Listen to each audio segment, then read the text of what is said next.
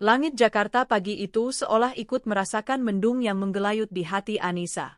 Dari balik jendela apartemen sempit yang disewanya sejak 3 bulan lalu, ia memandang hiruk-pikuk jalanan dengan tatapan kosong. Hari ini, hari di mana seharusnya ia merayakan ulang tahun pernikahannya yang ke-10 dengan Bramantio, suaminya. Seharusnya. Namun, takdir berkata lain.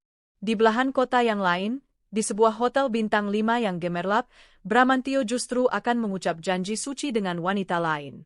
Wanita yang lebih muda, lebih kaya, dan tentu saja, lebih mampu memberikan Bram apa yang ia dambakan, status dan kemewahan. Anissa menarik napas panjang, mencoba mengusir sesak yang menghimpit dadanya. Di sampingnya, Rian, 8 tahun, dan Maya, 5 tahun, masih terlelap. Wajah polos kedua buah hatinya adalah satu-satunya alasan ia masih bisa bertahan hingga detik ini. Ia menatap pantulan dirinya di kaca jendela. Seorang wanita berusia 32 tahun yang terlihat jauh lebih tua. Lingkaran hitam di bawah matanya menjadi saksi bisu malam-malam panjang yang ia lalui dengan tangisan. Rambutnya yang dulu terawat indah, kini tampak kusam dan sering ia ikat seadanya. Pakaian yang ia kenakan pun hanyalah daster lusuh yang warnanya sudah memudar. Ia bukan lagi Anissa yang dulu, wanita ceria dengan karir cemerlang di sebuah firma arsitektur yang rela melepaskan segalanya demi menjadi istri dan ibu rumah tangga seutuhnya atas permintaan Bram. Mama janji, setelah menikah kita akan bangun istana kita sendiri. Kamu tidak perlu lelah bekerja, cukup rawat anak-anak kita dan jadi ratu di rumah. Janji Bram 10 tahun lalu terdengar seperti kaset rusak di telinganya. Janji manis yang ternyata beracun. Istana itu memang dibangun, tapi ratunya kini akan diganti. Getaran ponsel di atas meja membuyarkan lamunannya. Nama, Dewi, tertera di layar. Sahabat satu-satunya yang tahu semua kepahitannya. Dengan enggan, Anissa menggeser ikon hijau. Nis, kamu di mana? Kamu nggak nekat, kan? Suara cemas Dewi langsung menyergap telinganya. Anissa tersenyum getir. Nekat apa, woi? Jangan pura-pura bodoh. Aku tahu hari ini pernikahan si brengsek itu. Kamu jangan datang ke sana, Anissa. Jangan siksa dirimu lebih jauh lagi. Aku harus datang, oi. Suara Anissa terdengar lirih namun tegas. Aku harus membuat Bram melihat anak-anaknya. Aku masih berharap mungkin hatinya masih ada sedikit untuk kami. Terdengar helaan napas frustrasi dari seberang telepon. Anissa, sadar, laki-laki seperti itu sudah tidak punya hati. Dia sudah membuang kalian. Kamu hanya akan menyakiti dirimu dan anak-anak. Apa kamu gak kasihan sama Rian dan Maya? Air mata yang sejak tadi ditahan akhirnya luruh juga. Justru karena aku kasihan pada mereka, why? Mereka butuh ayah mereka. Aku hanya ingin mencoba sekali lagi. Siapa tahu dengan melihat Rian dan Maya, dia akan luluh. Dia akan sadar. Itu hanya angan-anganmu, Nis. Dunia nyata tidak seperti di sinetron. Dewi meninggikan suaranya, berusaha menyadarkan sahabatnya. Sudah cukup kamu menderita. Jangan serahkan dirimu untuk dihina lagi di depan umum. Aku sudah tidak punya apa-apa lagi, weh. Kehormatan dan harga diriku sudah diinjak-injak olehnya sejak dia membawa wanita itu ke rumah kita. Ini usaha terakhirku. Anissa mengakhiri panggilannya secara sepihak, tak ingin mendengar ceramah Dewi lebih lanjut. Keputusannya sudah bulat. Ia berjalan ke lemari pakaian, satu-satunya perabotan berharga yang berhasil ia bawa dari istananya dulu. Ia mencari gaun terbaik yang ia miliki. Pilihannya jatuh pada sebuah gaun batik sederhana berwarna biru tua, gaun yang pernah Bram puji saat mereka menghadiri sebuah acara keluarga beberapa tahun silam. Gaun itu kini terasa sedikit longgar di tubuhnya yang menyusut. Dengan tangan gemetar, ia membangunkan kedua anaknya. Rian, Maya, ayo bangun, sayang. Kita akan pergi bertemu ayah. Mata Rian yang masih mengantuk langsung berbinar. Benar, Ma? Kita ketemu ayah? Ayah sudah pulang? Sejak Bram pergi, Anissa selalu berkata pada anak-anaknya bahwa ayah mereka sedang bekerja di luar kota. Sebuah kebohongan putih untuk melindungi hati mereka yang masih rapuh. Iya, sayang. Ayo kita mandi, pakai baju yang bagus, ya. Anissa memandikan kedua anaknya dengan telaten. Ia pakaikan Rian kemeja kotak-kotak terbaiknya dan Maya sebuah gaun kecil berwarna merah muda. Ia sisir rambut mereka hingga rapi. Ia ingin mereka terlihat sempurna di mata ayah mereka. Ia ingin Bram melihat betapa manis dan berharganya anak-anak yang telah ia telantarkan. Setelah anak-anak siap, giliran Anissa yang berdandan. Ia memoleskan bedak tipis untuk menutupi wajah pucatnya dan sedikit lipstik berwarna natural agar tidak terlihat terlalu menyedihkan.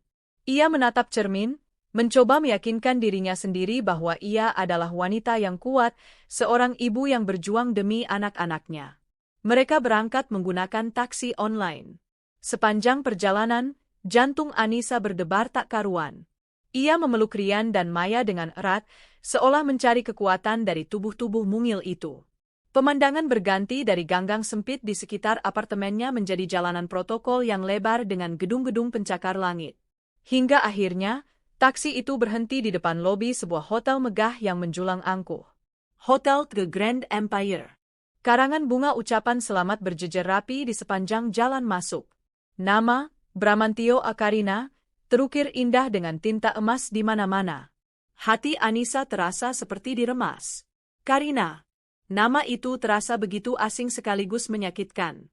Wow, besar sekali hotelnya. Ayah kerja di sini? Tanya Maya dengan takjub. Anissa hanya bisa mengangguk kaku. Ia menggandeng tangan kedua anaknya, melangkah masuk ke dalam lobi yang dingin dan mewah. Aroma parfum mahal dan bunga lili menyeruak, kontras dengan aroma keringat dan keputusasaan yang ia bawa. Beberapa pasang mata memandangnya dengan aneh. Seorang wanita dengan gaun sederhana dan dua anak kecil di tengah kerumunan tamu undangan yang berpakaian glamor. Anissa mencoba mengabaikannya. Tujuannya hanya satu, menemukan Bram. Ia bertanya pada seorang resepsionis di mana letak ballroom tempat acara pernikahan dilangsungkan. Dengan sedikit ragu, resepsionis itu menunjuk ke arah eskalator di sudut lobi. Setiap langkah menaiki eskalator terasa begitu berat, seolah kakinya terikat beban ribuan ton. Suara alunan musik lembut dan tawa renyah mulai terdengar semakin jelas. Dan di puncak eskalator, pemandangan itu terhampar di depan matanya. Sebuah ballroom raksasa yang disulap menjadi taman bunga impian. Ribuan mawar putih dan merah muda menghiasi setiap sudut. Lampu kristal raksasa berkilauan di langit-langit. Para tamu undangan, yang Anissa kenali beberapa di antaranya sebagai rekan bisnis dan kerabat jauh Bram, tampak menikmati pesta dengan segelas sampanye di tangan. Dan di tengah ruangan, di atas pelaminan yang megah, berdiri Bramantio. Suaminya. Tampan dan gagah dalam balutan setelan jas putih yang mahal. Di sampingnya, seorang wanita cantik bergaun pengantin putih gading yang berkilauan, tersenyum bahagia sambil menggandeng lengannya. Mereka tampak seperti raja dan ratu. Pasangan yang sempurna. Dunia Anissa seakan runtuh saat itu juga. Harapan kecil yang ia pelihara di dalam hatinya hancur berkeping-keping. Pria yang berdiri di sana, yang tertawa bahagia, bukanlah Bram yang ia kenal. Itu adalah orang asing. Orang asing yang telah mencuri suaminya. Itu ayah, pekik Rian sambil menunjuk ke arah pelaminan. Ia hendak berlari, namun Anissa menahan lengannya dengan kuat.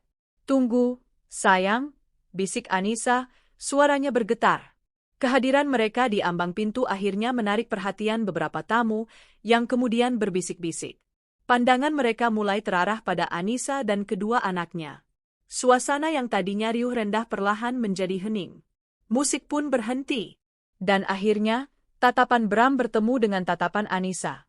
Senyum di wajah Bram langsung lenyap. Wajahnya yang tadinya cerah berubah menjadi keras dan dingin. Ia melihat Anissa, lalu Rian, lalu Maya. Ada keterkejutan, kemarahan, dan rasa malu yang terpancar dari matanya. Wanita di sampingnya, Karina, menatap Bram dengan bingung, lalu mengalihkan pandangannya ke arah Anissa dengan tatapan merendahkan. Bram melepaskan genggaman tangan Karina dengan kasar dan berjalan cepat menuruni pelaminan, menerobos kerumunan tamu yang memberinya jalan. Langkahnya tegas dan penuh amarah. Setiap langkahnya terasa seperti dentuman palu di jantung Anissa. Inikah akhir dari harapannya? Bukan pelukan hangat yang akan ia dapatkan, melainkan badai amarah yang siap menerjang. Awan kelabu itu kini telah berubah menjadi badai petir yang siap menghancurkan sisa-sisa hidupnya. Langkah kaki Bram yang berbalut sepatu kulit mahal dari Italia itu berhenti tepat 1 meter di depan Anissa. Udara di sekitar mereka seolah membeku. Kerumunan tamu yang tadinya berbisik kini diam 1000 bahasa, menjadi penonton drama tragis yang tak terduga di hari bahagia ini. Wajah Bram, yang beberapa saat lalu berseri-seri di pelaminan, kini mengeras seperti batu pualam. Matanya menatap Anissa bukan dengan sisa cinta, melainkan dengan kebencian yang menusuk tajam. "Mau apa kamu di sini?" desis Bram. Suaranya rendah, dingin, dan penuh ancaman. Setiap kata adalah belati yang mengiris sisa-sisa harapan Anissa. "Belum puaskah kamu membuat hidupku berantakan? Sekarang kamu mau merusak hari terpenting dalam hidupku?" Anissa menelan ludah, tenggorokannya terasa kering. Ia merapatkan genggaman tangannya pada Rian dan Maya, seolah menyalurkan kekuatan pada dirinya sendiri. Aku hanya ingin anak-anak bertemu denganmu, Mas. Hari ini." "Jangan panggil aku, Mas," potong Bram dengan cepat, suaranya naik 1 oktav, membuat beberapa tamu terlonjak kaget. "Aku bukan lagi suamimu. Dan hari ini adalah hari pernikahanku. Bukan urusanmu." "Tapi ini juga hari ulang tahun pernikahan kita, Bram," lirih Anissa, air mata mulai menggenang di pelupuk matanya. 10 tahun. Apa itu tidak berarti apa-apa lagi bagimu?" Bram tertawa sinis. Tawa yang terdengar begitu kejam dan asing di telinga Anissa. "Ulang tahun pernikahan? Jangan konyol, Anissa. Pernikahan kita sudah mati sejak lama. Sejak kamu tidak bisa lagi mengimbangi gaya hidupku. Sejak kamu hanya menjadi beban bagiku." Kata-kata itu menghantam Anissa lebih keras dari tamparan. Beban? Jadi selama ini ia dianggap sebagai beban? Wanita yang telah mengorbankan karir, impian, dan seluruh hidupnya untuk keluarga mereka, kini disebut sebagai beban. "Ayah?" Suara kecil Rian memecah ketegangan. Ia menatap ayahnya dengan mata bulat penuh kebingungan dan rindu. "Ayah kenapa marah sama Mama? Ayah nggak kangen sama Rian dan Maya?" Pandangan Bram beralih pada Rian, namun tidak ada kelembutan di sana. Hanya ada kekesalan. Anak ini, di matanya, adalah bagian dari kekacauan yang dibawa oleh Anissa. Bagian dari masa lalu yang ingin ia kubur dalam-dalam. Pada saat itu, sang pengantin wanita, Karina, beserta kedua orang tuanya yang berpenampilan angkuh, mendekat. Karina menatap Anissa dari ujung rambut sampai ujung kaki dengan tatapan jijik. Gaun batik sederhana Anissa tampak seperti kain lap jika dibandingkan dengan gaun pengantinnya yang bertabur kristal Swarovski. "Bram, ada apa ini? Siapa perempuan gembel ini?" tanya Karina dengan suara manja yang dibuat-buat, namun penuh racun. "Dia bukan siapa-siapa, sayang," jawab Bram cepat, mencoba menenangkan tunangan barunya. Ia bahkan tidak berani mengakui Anissa sebagai mantan istrinya. "Bukan siapa-siapa." Ibu Karina, seorang wanita parubaya dengan perhiasan yang menyilaukan mata, angkat bicara. "Bram, jangan bilang ini perempuan dari masa lalumu yang kamu ceritakan itu, yang tidak tahu diri dan sekarang datang untuk membuat keributan? Memalukan sekali." Ayah Karina, seorang pria berperut buncit dengan kumis tebal, menatap Bram dengan tajam. "Bramantio, saya harap kamu bisa menyelesaikan masalah pribadimu ini dengan cepat. Kami tidak mau nama baik keluarga kami tercoreng karena drama murahan seperti ini." Tekanan dari keluarga Karina membuat Bram semakin panik dan terpojok. Wajahnya memerah menahan amarah dan malu. Ia harus segera menyingkirkan Anissa dari sini, dengan cara apapun. Harga dirinya di depan keluarga barunya yang kaya raya dipertaruhkan. Ia kembali menatap Anissa dengan mata menyala. "Pergi dari sini sekarang juga, Anissa. Bawa anak-anakmu dan jangan pernah menunjukkan wajahmu lagi di hadapanku." "Tidak, Bram. Aku tidak akan pergi sebelum kamu bicara baik-baik dengan anak-anakmu," balas Anissa, keberanian yang entah datang dari mana tiba-tiba muncul. Ia sudah tidak peduli lagi dengan harga dirinya. Yang ia pikirkan hanyalah hak anak-anaknya. "Kamu menantangku?" geram Bram. Tanpa peringatan, ia mencengkeram lengan Anissa dengan kasar. Kukunya menancap di kulit Anissa, meninggalkan rasa perih. "Aku bilang, pergi." Bram mulai menyeret Anissa menuju pintu keluar. Anissa meronta, berusaha melepaskan cengkeraman suaminya. Lepaskan, Bram. Sakit. Anak-anak melihat. Mama? Maya menjerit ketakutan dan mulai menangis histeris. Melihat ibunya disakiti, Rian, bocah 8 tahun itu, tidak tinggal diam. Sifat pelindung dalam dirinya bangkit. Ia melepaskan genggaman tangan ibunya dan berlari ke arah Bram. Dengan sekuat tenaga, ia memukul-mukul kaki ayahnya sambil berteriak. Jangan sakiti Mama. Lepaskan Mama. Ayah jahat. Ayah. Tindakan Rian adalah puncak dari segalanya bagi Bram. Di tengah tatapan ratusan tamu, di depan calon mertuanya yang menuntut, dipermalukan oleh wanita yang ia anggap rendah dan kini oleh darah dagingnya sendiri. Logika dan akal sehatnya lenyap, digantikan oleh amarah buta. Anak kurang ajar, raung Bram. Dengan satu gerakan kasar, ia mengibaskan kakinya, mendorong tubuh kecil Rian menjauh. Dorongan itu terlalu kuat untuk anak seusianya. Rian kehilangan keseimbangan, tubuhnya terpelanting ke belakang. Brut! Suara yang mengerikan itu menggema di seluruh ballroom yang hening. Kepala Rian membentur lantai marmer yang dingin dan keras. Hening. Keheningan yang mencekam menyelimuti ruangan. Semua mata tertuju pada sosok kecil yang tergeletak di lantai. Kemudian, keheningan itu pecah oleh jeritan pilu seorang ibu. Anissa melepaskan diri dari cengkeraman Bram dan menerjang putranya. Ia mengangkat kepala Rian ke pangkuannya. Matanya nanar melihat darah segar mulai merembes dari balik rambut putranya, membasahi lantai marmer yang putih. Rian tidak bergerak, matanya terpejam. Bangun, nak. Siang. Buka matamu, nak. Anissa mengguncang tubuh putranya dengan panik.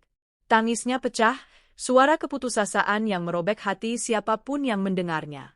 Maya, yang melihat kakaknya berdarah, menangis semakin kencang, memeluk kaki ibunya dengan erat. Bram membeku di tempatnya. Untuk sesaat, ada kilatan ngeri dan penyesalan di matanya. Ia menatap tangannya, lalu pada putranya yang tergeletak. Namun, tatapan tajam dari calon mertuanya dengan cepat menyadarkannya kembali pada situasinya. Ia tidak boleh terlihat lemah. Ia tidak boleh terlihat bersalah. Panggil keamanan. Usir mereka dari sini. Perintah Bram dengan suara bergetar, mencoba terdengar tegas. 2 orang petugas keamanan berbadan tegap segera datang dan mendekati Anissa. Maaf, Bu. Ibu harus meninggalkan tempat ini, kata salah satu petugas, mencoba bersikap seprofesional mungkin di tengah situasi yang kacau. Tidak, anak saya terluka. Tolong panggil ambulans, raung Anissa, memeluk Rian semakin erat. Namun, perintah Bram lebih berkuasa. Para petugas itu mulai menarik lengan Anissa, memaksanya untuk berdiri. Anissa meronta, berteriak, memohon, namun tenaganya tidak sebanding. Salah satu petugas mengangkat tubuh Rian yang lunglai, sementara petugas yang lain menyeret Anissa dan Maya yang terus menangis. Mereka diseret melewati kerumunan tamu yang menatap dengan campuran iba, kaget, dan cemoohan. Mereka diseret melewati pelaminan megah yang seharusnya menjadi singgasana kebahagiaan Anissa. Saat itulah, di tengah kehancurannya, Anissa menoleh ke belakang. Matanya bertemu dengan mata Bram. Di sana, di mata suaminya, ia tidak melihat penyesalan. Yang ia lihat hanyalah kelegaan karena pengganggu di hari besarnya telah disingkirkan. Bram bahkan sudah kembali berdiri di samping Karina, yang menatap Anissa dengan senyum kemenangan yang tipis. Sesuatu di dalam diri Anissa patah. Hancur. Luluh lantak. Tapi dari puing-puing kehancuran itu, sesuatu yang baru lahir. Sesuatu yang dingin, keras, dan gelap. Cinta yang dulu memenuhi hatinya kini telah menguap, digantikan oleh kebencian yang membara. Saat para petugas keamanan mendorongnya keluar dari pintu ballroom, Anissa mengerahkan sisa tenaganya. Ia menatap lurus ke arah Bram dan dengan suara yang serak namun terdengar jelas di seluruh ruangan yang kembali hening, ia meneriakkan sumpahnya. Bram.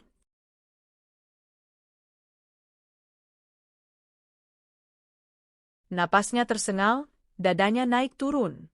Matanya menyala-nyala seperti api neraka.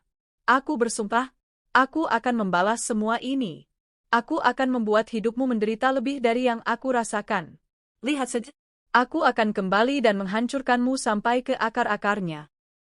Pintu kaca yang berat itu akhirnya tertutup di depannya, meredam suara tangis Maya dan kepanikan Anissa yang memanggil nama Rian. Ia terlempar ke trotoar yang keras, di bawah tatapan beberapa orang yang lalu lalang. Dunianya yang gemerlap telah runtuh, dan kini ia berada di titik terendah. Hancur, terhina, dengan seorang putra yang terluka di pelukannya dan seorang putri yang trauma. Namun, di tengah runtuhan itu, sebuah sumpah telah terucap. Sebuah janji balas dendam telah ditanam. Awan kelabu telah menjadi badai, dan badai itu akan segera kembali dengan kekuatan yang jauh lebih besar. Aspal trotoar yang panas dan kasar terasa menusuk kulit lutut Anissa, namun ia tidak merasakan sakitnya. Seluruh inderanya terfokus pada sosok mungil di pangkuannya. Darah Rian yang hangat membasahi gaun birunya, menciptakan bercak gelap yang mengerikan. Suara klakson mobil, derap langkah orang-orang yang lalu lalang, dan hiruk-pikuk kota Jakarta seolah lenyap, tergantikan oleh dengung panjang di telinganya. Di sampingnya, Maya terus terisak, tangannya yang kecil mencengkeram erat lengan baju ibunya, wajahnya tersembunyi ketakutan. Tolong panggil ambulans. Bisik Anissa pada kehampaan. Suaranya begitu lemah, nyaris tak terdengar. Beberapa orang berhenti sejenak, menatap dengan iba, sebelum kembali melanjutkan langkah mereka, enggan terlibat dalam masalah orang lain. Dunia terasa begitu dingin dan kejam. Di dalam hotel mewah itu, sebuah pesta pernikahan terus berlanjut, sementara di luarnya, seorang ibu dan kedua anaknya teronggok tak berdaya. Kepanikan mulai merayap, mengancam menelan sisa-sisa kewarasannya. Ia tidak boleh pingsan. Ia tidak boleh menyerah. Rian butuh pertolongan. Dengan tangan gemetar hebat, ia merogoh tas selempang kecilnya, mencari ponselnya. Jarinya yang berlumuran darah kering Rian kesulitan membuka kunci layar. Setelah beberapa kali mencoba, akhirnya ia berhasil. Satu-satunya nama yang terlintas di benaknya adalah Dewi. Panggilan tersambung pada dering kedua. Nis, kamu nggak apa-apa? Aku khawatir bang. Suara cemas Dewi langsung terdengar. Dewi tolong aku. Rintih Anissa, tangisnya kembali pecah. Rian terluka. Bram, dia mendorong Rian. Kepalanya berdarah, kami diusir. Apa? Di mana kamu sekarang, Nis? Katakan padaku. Suara Dewi berubah dari cemas menjadi panik dan marah. Di depan Hotel Grand Empire. Jangan kemana-mana. Aku ke sana sekarang. Bertahan, Nis. Demi anak-anakmu, kamu harus kuat. Panggilan terputus. Anissa memeluk kedua anaknya semakin erat. Setiap detik terasa seperti 1 jam. Ia terus membisikkan nama Rian, berharap putranya akan membuka mata. Namun, Rian tetap diam, wajahnya pucat pasi. 20 menit kemudian, yang terasa seperti selamanya bagi Anissa, sebuah mobil sedan berhenti mendadak di tepi jalan. Dewi melompat keluar dari kursi pengemudi bahkan sebelum mobil itu benar-benar berhenti. Wajahnya pucat pasi melihat keadaan sahabatnya dan anak-anaknya. Ya Tuhan, Anissa! Dewi berlari dan langsung berlutut di sampingnya. Tanpa banyak bicara, ia memeriksa denyut nadi di leher Rian. Lemah, tapi masih ada.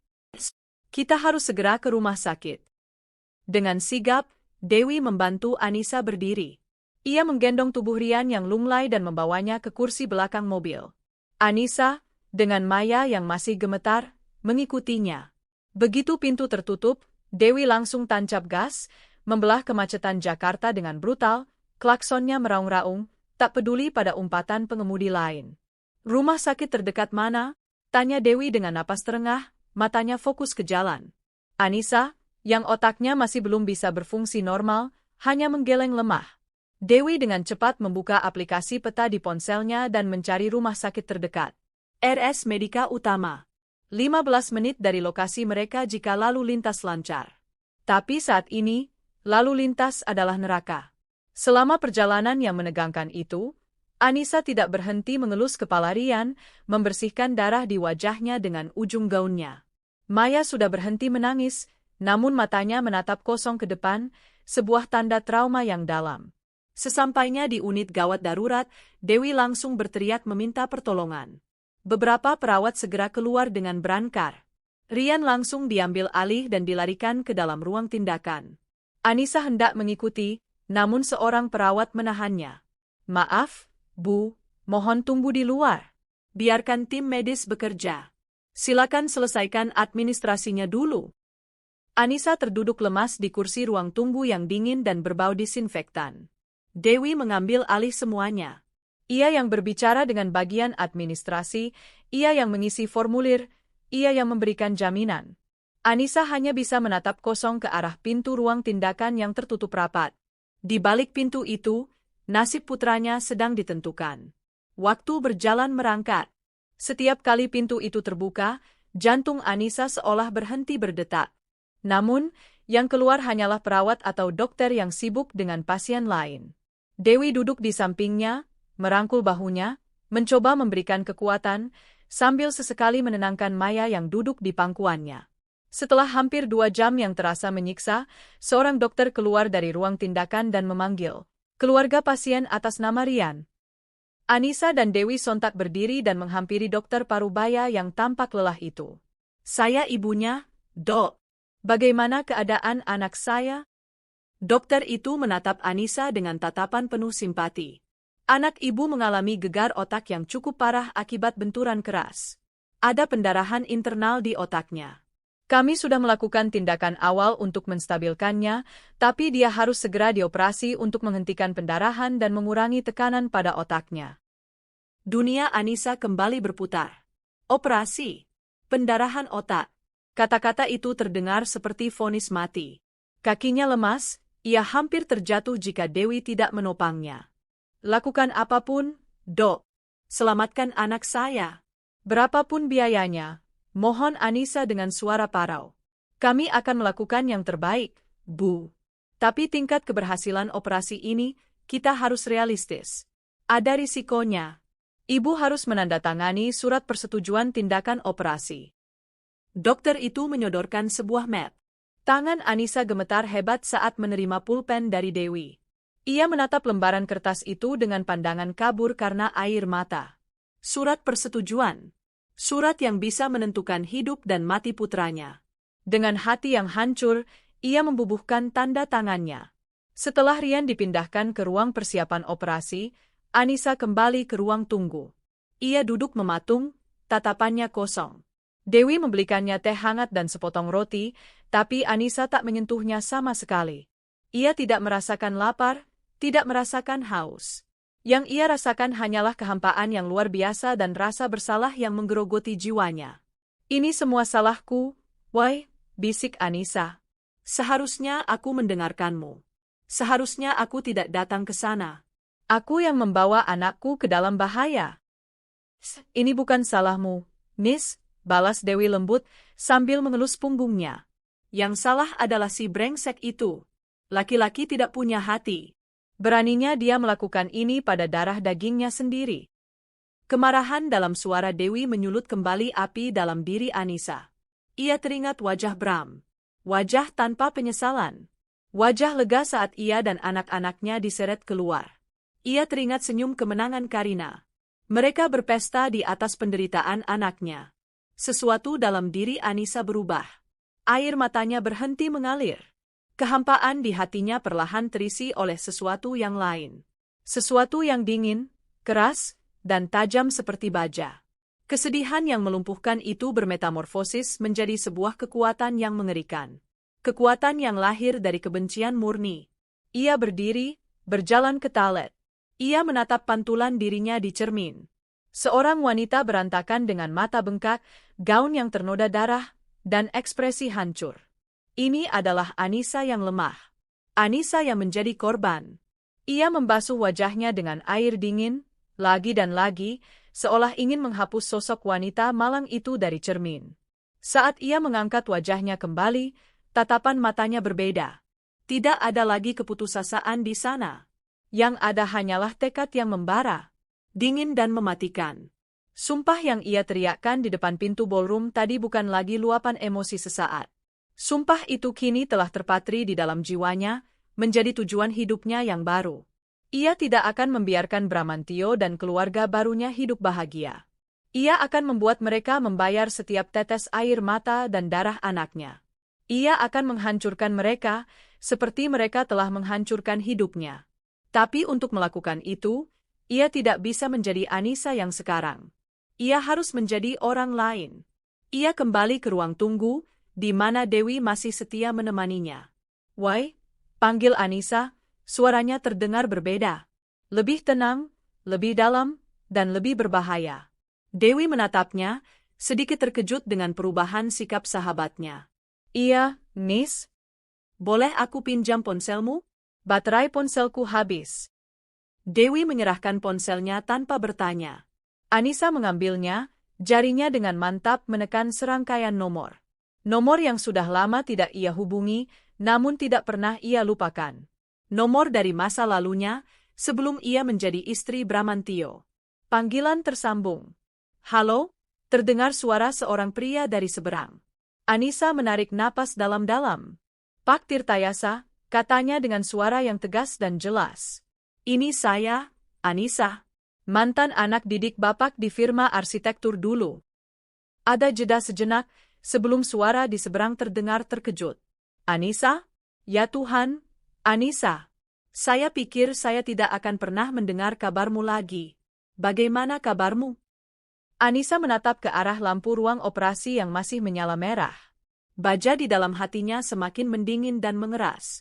"Saya tidak baik-baik saja, Pak," jawabnya. "Dan saya butuh pekerjaan. Saya akan mengambil proyek apapun, dimanapun. Proyek tersulit yang tidak ada orang lain yang mau mengerjakannya. Saya siap." Malam itu, di koridor rumah sakit yang dingin, sementara putranya berjuang antara hidup dan mati, Anissa yang lama telah mati. Dan dari abunya, lahir seorang wanita baru. Seorang wanita dengan hati yang telah membeku, dan satu tujuan dalam hidupnya, balas dendam. Lampu merah di atas pintu ruang operasi itu seolah menjadi satu-satunya matahari di alam semesta Anissa. Ia menatapnya tanpa berkedip, duduk tegak di kursi ruang tunggu yang keras. Gaunnya yang ternoda darah sudah diganti dengan kemeja dan celana longgar milik Dewi, namun noda di jiwanya tak akan pernah bisa terhapus. Tak ada lagi air mata. Wajahnya laksana topeng porselen yang dingin, menyembunyikan lautan amarah yang bergejolak di bawahnya. Setiap detak jarum jam di dinding adalah palu godam yang menempa baja di dalam hatinya, membuatnya semakin keras, semakin dingin, dan semakin tajam. Dewi duduk di sampingnya, memeluk Maya yang akhirnya tertidur kelelahan di pangkuannya. Ia mengamati sahabatnya dengan perasaan campur aduk. Ada kekaguman melihat kekuatan yang tiba-tiba muncul, namun ada juga ketakutan melihat sorot mata Anissa yang begitu asing. Anissa yang ia kenal, yang lembut, yang ceria, yang kadang terlalu pemaaf, telah lenyap. Yang tersisa adalah seorang prajurit yang terluka parah namun menolak untuk mati, dan kini sedang merencanakan perang. "Nis, kamu yakin dengan keputusanmu?" bisik Dewi, memecah keheningan yang mencekam di antara mereka. "Menghubungi Pak Tirtayasa lagi, kembali ke dunia itu." Anissa menoleh, tatapannya menusuk. "Dunia apa, Wai? Dunia di mana aku punya kekuatan untuk melawan? Dunia di mana aku tidak akan bisa diinjak-injak lagi?" "Ya, aku sangat yakin. Tapi bagaimana dengan anak-anak?" "Justru ini semua untuk mereka," jawab Anissa, suaranya datar namun penuh penekanan. "Aku tidak akan membiarkan anak-anakku tumbuh melihat ibu mereka sebagai korban yang lemah. Aku akan membangun kembali hidup kami, dan aku akan memastikan orang yang telah menghancurkan kita membayar semua perbuatannya. Untuk melakukan itu, aku butuh uang dan kekuasaan. Pak Tirtayasa adalah jalannya." Sebelum Dewi sempat menjawab, pintu ruang operasi terbuka. Dokter yang tadi menangani Rian keluar, wajahnya tampak lebih lelah dari sebelumnya. Di belakangnya, seorang pria yang lebih tua, dengan rambut putih dan aura berwibawa, ikut melangkah keluar. Anissa langsung mengenalinya. "Pak Tirtayasa." Anissa dan Dewi sontak berdiri. Jantung Anissa, yang ia kira sudah membeku, kembali berdebar kencang. "Anissa," sapa Pak Tirtayasa dengan suara berat yang menenangkan. Ia menatap Anissa dengan sorot mata yang penuh simpati dan hormat. "Saya turut prihatin dengan apa yang menimpa putramu." Bagaimana keadaannya, Pak?" Dok? Anissa mengalihkan pandangannya pada sang dokter bedah.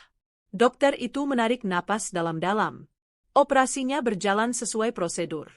Kami berhasil menghentikan pendarahan dan mengangkat gumpalan darah yang menekan otaknya. Secara teknis, kami berhasil menyelamatkan nyawanya. Napas lega yang tertahan akhirnya terlepas dari paru-paru Anissa. Ia hampir limbung, namun ia menahan dirinya untuk tetap tegak. Kapan saya bisa melihatnya? Dokter itu terdiam sejenak, tatapannya berubah sendu. Ada hal lain yang harus ibu tahu. Akibat benturan yang sangat keras dan tekanan pada otaknya, putra ibu jatuh dalam kondisi koma. Koma. Satu kata itu menghantam Anissa seperti gelombang tsunami, meruntuhkan kembali dinding pertahanan yang baru saja ia bangun. Koma? Ulang Dewi, tak percaya. Maksud dokter, Rian tidak sadar. Benar. Respon otaknya sangat minim. Kami tidak bisa memprediksi kapan ia akan sadar, atau apakah ia akan sadar kembali. Sekarang yang bisa kita lakukan hanyalah menunggu dan berdoa. Selebihnya, tergantung pada kekuatan tubuhnya untuk berjuang. Dunia Anissa kembali gelap. Jadi, putranya selamat, namun terperangkap di antara hidup dan mati. Terbaring tak berdaya di ranjang rumah sakit, sementara ayahnya mungkin sedang merayakan malam pertamanya dengan istri barunya. Kebencian dalam diri Anissa membara hingga ke puncaknya. Pak Tirtayasa menepuk bahu Anissa dengan lembut. Anissa, kamu harus kuat. Saya sudah bicara dengan pihak rumah sakit. Jangan khawatirkan soal biaya. Anggap saja ini pinjaman dari saya. Kamu bisa membayarnya nanti jika sudah mampu. Anissa menatap mentor lamanya dengan pandangan berkaca-kaca. Kebaikan hati pria itu di tengah neraka yang ia alami terasa seperti setetes air di padang gurun. Terima kasih, Pak. Saya tidak tahu harus berkata apa. Tidak perlu berkata apa-apa. Sekarang, dengarkan aku, kata Pak Tirtayasa, nadanya berubah serius. Tadi di telepon kamu bilang butuh pekerjaan. Proyek tersulit apapun. Apa kamu serius? Anissa mengangguk tanpa ragu. Sangat serius, Pak. Pak Tirtayasa menatapnya lekat-lekat, menilai keteguhan di mata wanita di hadapannya. Aku punya satu proyek. Sangat besar, sangat menantang, dan sangat terpencil. Sebuah konsorsium pertambangan multinasional membuka kota mandiri baru di pedalaman Halmahera. Mereka butuh kepala arsitek untuk merancang seluruh kota dari nol. Perumahan, fasilitas umum, pusat komersial, semuanya. Kontraknya 3 tahun. Gajinya sangat besar, cukup untuk membayar biaya rumah sakit Rian 10 kali lipat dan memberimu kehidupan yang sangat layak. Ia berhenti sejenak. Pekerjaannya sangat berat. Medannya sulit, tekanannya tinggi, dan kamu harus tinggal di sana selama 3 tahun penuh. Tidak ada yang mau mengambilnya. Ini adalah pertaruhan karir yang sangat besar. Bisa membuatmu menjadi legenda, atau menghancurkanmu selamanya. Apa kamu sanggup? Halmahera. 3 tahun. Jauh dari Jakarta, jauh dari anak-anaknya. Hati Anissa teriris membayangkannya. Meninggalkan Rian yang terbaring koma, meninggalkan Maya yang masih trauma. Namun, ia tahu ini adalah satu-satunya jalan. Di Jakarta, ia hanyalah seorang janda lemah tanpa daya. Di Halmahera, ia bisa menjadi seseorang. Ia bisa mengumpulkan amunisi untuk perangnya. Saya ambil pekerjaan itu, Pak, jawab Anissa dengan suara mantap. Tidak ada keraguan sedikit pun dalam nadanya. Dewi menatapnya dengan kaget. Nis, kamu gila? 3 tahun? Bagaimana dengan Rian dan Maya? Anissa menoleh pada sahabatnya, matanya memohon pengertian. Why, hanya kamu yang bisa kupercaya? Aku titip mereka padamu. Aku akan kirimkan semua uang yang aku dapat. Pastikan Rian mendapatkan perawatan terbaik. Jaga Maya seperti anakmu sendiri. Aku mohon, Wei. Air mata mengalir di pipi Dewi. Ia melihat kesungguhan dan keputusasaan di mata sahabatnya. Ia tahu, tidak ada yang bisa mengubah keputusan Anissa. Aku akan menjaganya, Nis. Aku janji. Mereka akan aman bersamaku. Kapan saya harus berangkat? Pak, tanya Anissa, kembali fokus pada Pak Tirtayasa. Secepatnya. Tim awal akan terbang lusa. Lusa. Begitu cepat. Anissa hanya punya waktu 1 hari untuk mengucapkan selamat tinggal. Malam itu, setelah Rian dipindahkan ke ruang Icu, Anissa diizinkan masuk untuk melihatnya. Di dalam ruangan steril itu, putranya terbaring pucat, dikelilingi oleh mesin-mesin yang berkedip dan berbunyi monoton. Selang-selang menancap di tubuh mungilnya. Anissa mendekat, mengelus rambut Rian dengan lembut, menahan mati-matian agar tidak menangis. Rian, jagoan Mama. Kamu harus kuat, ya, nak, bisiknya lirih. Mama harus pergi sebentar. Pergi bekerja, mencari uang untuk pengobatanmu. Mama janji, Mama akan kembali. Saat Mama kembali, kamu harus sudah bangun, ya? Kita akan mulai hidup baru, hanya kita bertiga. Mama, kamu, dan Maya. Mama sayang sekali sama Rian. Ia mencium kening putranya lama sekali, mencoba merekam setiap detail wajahnya dalam ingatan. Ini adalah perpisahan terberat dalam hidupnya. Keesokan harinya, Anissa menghabiskan seluruh waktunya bersama Maya. Ia menjelaskan dengan bahasa yang paling sederhana bahwa ia harus pergi bekerja ke tempat yang sangat jauh, dan Maya akan tinggal bersama Tante Dewi untuk sementara. Maya menangis, tidak mau ditinggal. Hati Anissa hancur berkeping-keping, namun ia mengeraskan hatinya. Ia harus pergi. Di Bandara Soekarno-Hatta, sehari setelahnya, Anissa berdiri di depan gerbang keberangkatan. Ia hanya membawa 1 koper kecil berisi pakaian seadanya dan sebuah tas ransel berisi laptop dan dokumen proyek dari Pak Tirtayasa. Ia sudah bukan lagi Anissa yang sama yang datang ke pernikahan Bram dengan gaun batik. Kini, ia mengenakan kemeja lapangan, celana kargo, dan sepatu bot. Rambutnya diikat ekor kuda dengan kencang. Wajahnya tanpa riasan, namun sorot matanya tajam dan fokus.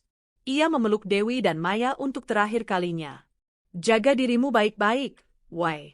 Kabari aku setiap hari tentang Rian. Pasti, Miss. Kamu juga hati-hati di sana. Ia berjongkok di depan Maya. Anak cantik Mama, jangan nakal ya sama Tante Dewi. Mama pergi sebentar, nanti pasti pulang bawa oleh-oleh yang banyak. Ia mencium pipi gembil Maya, lalu berdiri dan berbalik tanpa menoleh lagi. Setiap langkah menjauhi mereka terasa seperti menyayat hatinya. Tapi ia terus berjalan, memasuki gerbang keberangkatan, meninggalkan Jakarta, meninggalkan masa lalunya, meninggalkan anak-anaknya. Saat pesawat lepas landas dan menembus awan, Anissa menatap ke bawah, ke arah kota yang gemerlap namun penuh luka baginya. Ia tidak merasakan kesedihan. Yang ia rasakan hanyalah api yang membakar semangatnya.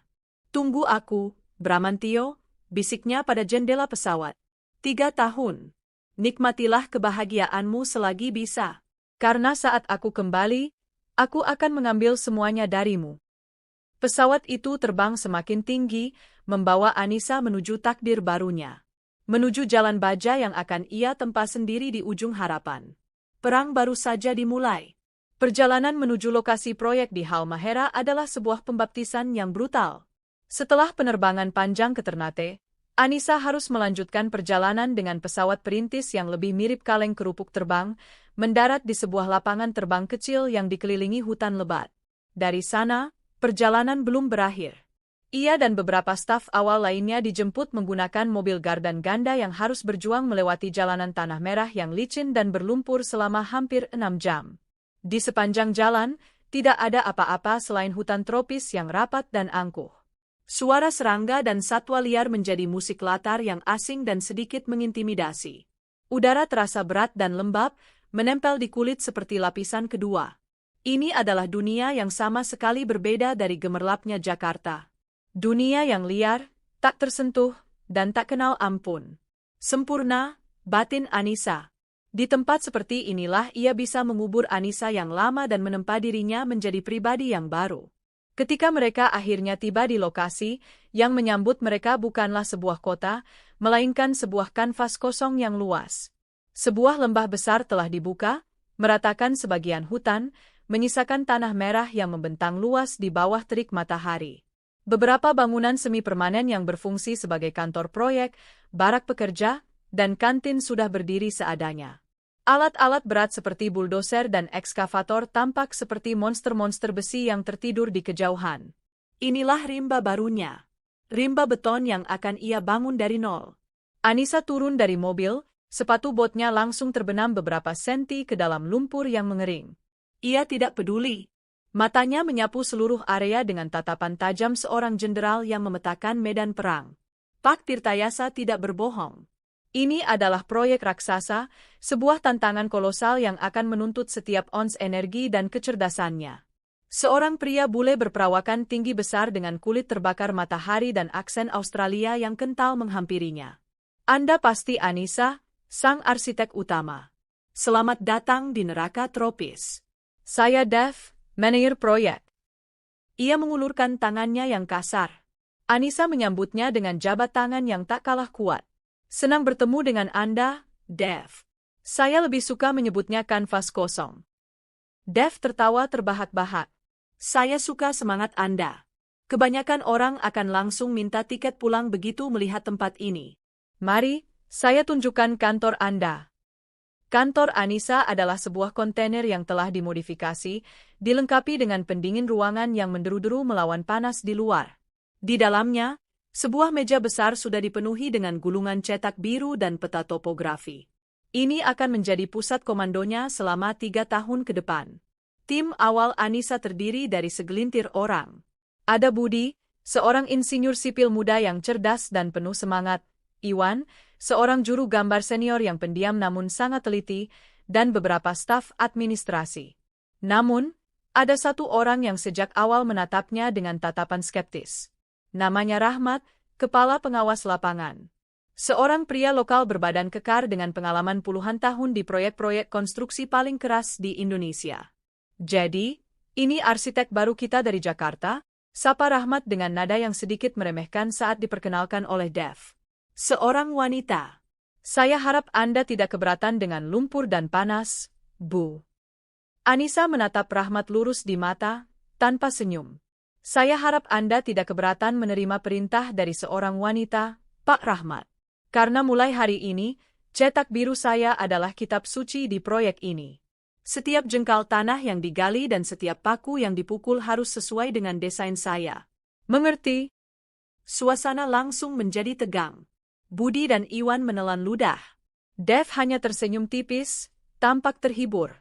Rahmat, yang tidak menyangka akan mendapat balasan setajam itu, terdiam sejenak sebelum akhirnya mengangguk kaku.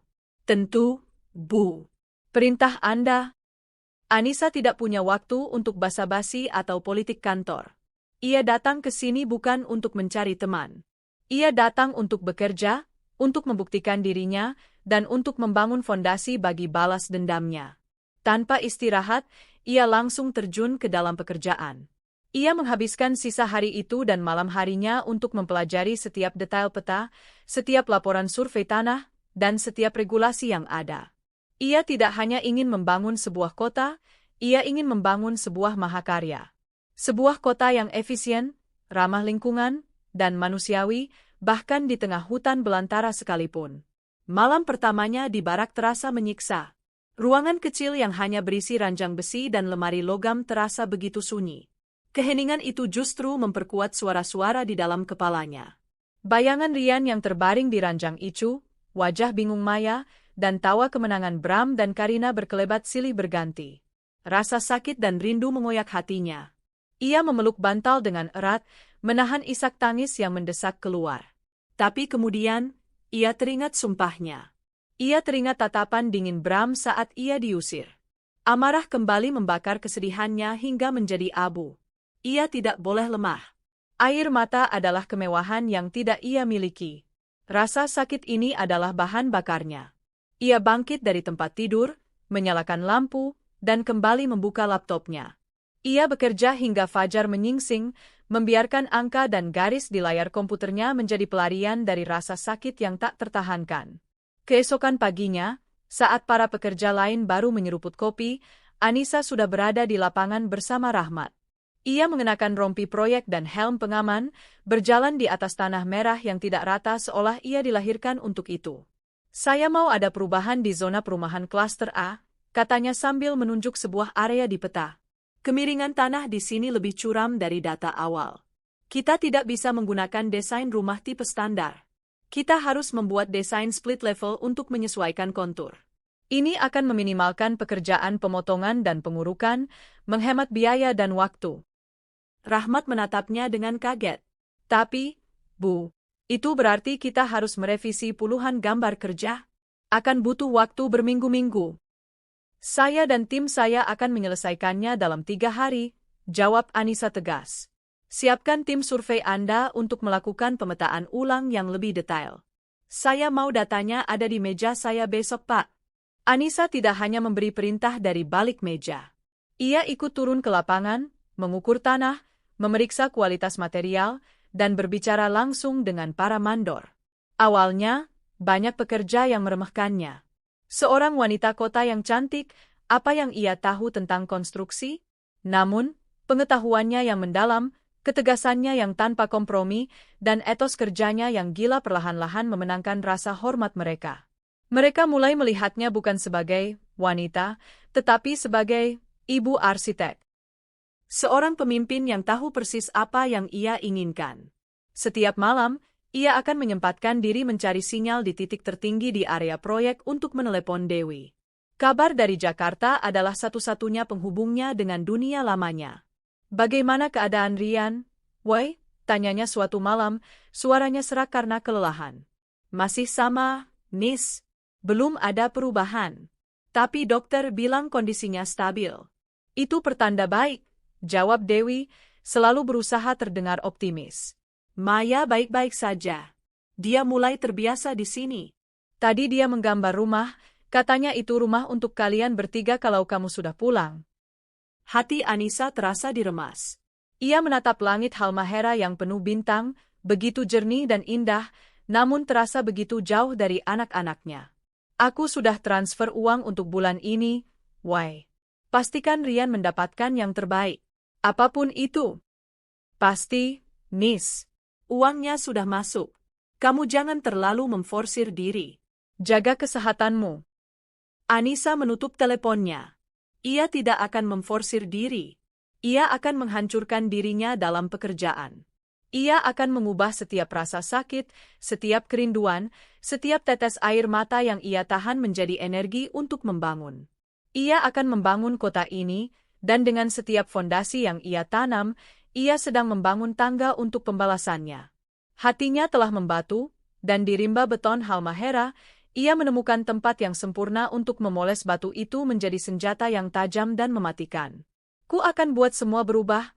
Kukan jadikan hidupku dan hidup anakku menjadi bahagia yang tak ada akhir, dan ku lihat kehancuran dari suamiku.